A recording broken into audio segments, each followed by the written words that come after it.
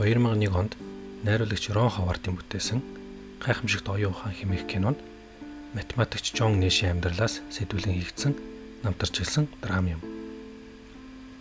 Тэрээр дан ганц бурхнаас заягдсан авьяасаараа бусдыг гайхшруулж ирсэнгүй. Хүнд өвчнөө хэрхэн даван туулж ирсэн түүх нь түүний амьдралыг бусдаас нэг онцгой болгож өгдөг. Киноны эхлэл 1947 онд Принстон их сургуульд өрнөдөг. Жон Нэш хэмээх онцгой авьяастай боловч хүмүүстэй харилцахдаа тааруу нэгэн оюутан байдаг. Гэвч түүнд маш том зорилго байдаг. Тэрээр бусад оюутнууд шиг ердийн арга барилаар суралцахыг хүсдэггүй. Математикийн ертөнцид өөрийн гэсэн орон зайг хинээс ч заалахгүй олж авахыг эрмэлзэж байдаг. Тэрээр их сургуульд илсэн орох үед утга зохиол судалдаг Чарлз хэмээх нэгэн оюутантай найз болно. Удалгүй Нэш өөрийн тоглоомын онолыг боловсруулж эдийн засгийн салбарт том хувь нэмэр оруулдаг. Энэхүү онол нь түүнийг алдаршуулж Массачусетсын технологийн сургуульд багшлах ажилд оруулна. Ингээд зогссонгүй. Нэш Пентагонд ажиллаж зөвлөлтийн кодыг тайлах судалгаанд оролцож эхэлнэ. Энэ үед тэрээр Алиша хэмээх ухаалаг үзэсгэлэнтэй бүсгүйтэй танилцаж түүнд хайртай болдог. Гэвч түүний амьдрал гинт өөрчлөгдөнө. Парчер хэмээх тагнуулын ажилтан түүнтэй уулзаж улсын нууц ажиллагаанд оролцохыг санал болгоно. Нэш үүнд итгэж сонин дээрх нийтлэлд нуусан нууц тохиоллыг олж тайлах ажилд орно. Гэвч удалгүй тэрээр хит их айдас мөрдлгөөс болж галзуурч эхэлнэ. Эцэст нь Нэшийг сэтгцийн эмнэлэгт хүчээр авч явна. Эмчнэр түүнийг параноид шизофрен өвчтэй гэж оншилдог.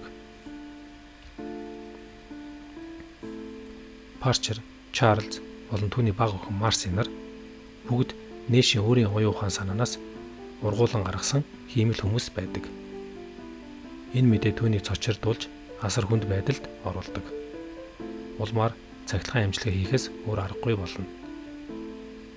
Харин эмчилгээ нь түүнийг бие махбодын хувьд сулруулж оюун ухааг нь мохоох боловч Алиша түүний хажууд байсаар байдаг.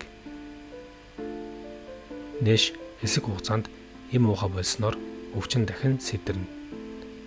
Гэвч энэ удаа тэрээр өөрийн өвчнийг өөрийн аргаар даван туулахыг хичээж хий үзэгдлүүдийг үл томсорлохыг суралцаж эхэлнэ. Ингэж суралцснаар тэрээр өдөр тутмын хий амьдралдаа эргэн орж эхэлдэг. Удалгүй тэрээр Принстон их сургуультай иргэн ирж судалгаагаа үргэлжлүүлнэ. Хэдийгээр хий үзэгдлүүд түүнтэй хамт байсаар байдаг боловч түүний амьдралд нэгэнт нөлөөлөхөө байсан байдаг. 1994 онд түүний тоглоомын онолд оруулсан хувь нэмрийг үнэлж Нобелийн шагнал өртсөн. Нэш шагналаа авахдаа Алиша талархан бүхнийг хайрлан шийддэг гэж хэлдэг.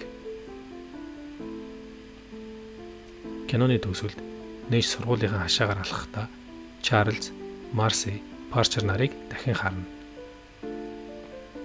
Гэхдээ тэрээр тэднийг үл томсорлож амьдралаа цаашид үргэлжлүүлэхээр шийднэ. Энэ нь Нэш хэдий өвчнөө даван туулсныг харуулдаг билээ. Энэ хорвоод 100% тодорхой зүйл нэг ч үгүй. Би үнийг яг мэдэж байна гэж түүний найз Чарлз түүнд хандаж хэлдэг. Энэ үгний учрыг Нэш тухайн үед ухаардаггүй боловч цаашдын амьдралаараа энэ үгний философийг батлаж үзүүлдэг билээ. Нэш бол математикийн сууд ухаантан түүний амьдралд шийдэж чадаагүй бодлого гэж бараг байхгүй.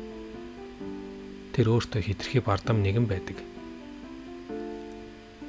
Түүний нүдээр хорвоо ертөнц бол логик гаргалгаагаар хүрч болох үз томьёо шиг харагддаг. Нэш гагцхүү тэр томьёог олж нээгтэл хангалттай гэж үздэг. Харамсалтай нь тэрээр маш том алдаа хийсэн байдаг. Түүний сэтгэл зүйн өвчин нь түүний оюун ухаан өөрөө гэдгийг тэрээр ойлгохын тулд хэсэг хугацаа зарцуулдаг. Ингээд тэрээр өөрийн итгэж үнэмшиж байсан гайхамшигт оюун ухаан нь өөрөө асуудалтай болсныг ухаарна.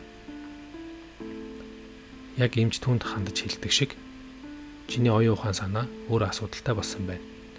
Хариултыг нь ухаан санаанаасаа хайх хэрэггүй. ухаан санаагаа гаднаас нь харж сур гэж зөвлөдөг. Өдөр хоногийг өвчнөд тэмцэж зовсны эцэст нэш бодит үнэтэй эвлэрэхээс өөр сонголт үлддэггүй.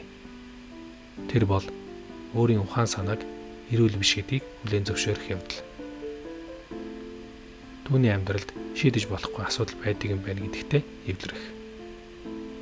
Үүнтэй эвлэрснээс хойш түүний амьдрал нэг чиг шугамдаар тогтдог.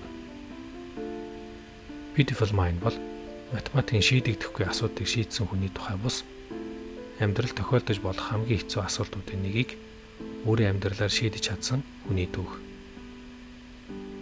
Жон Нэшийн амьдралын энэ бодит түүх нь сэтгцийн өвчнөд тэмцэж буй олон хүнд урам зориг өгсөн гэдэг.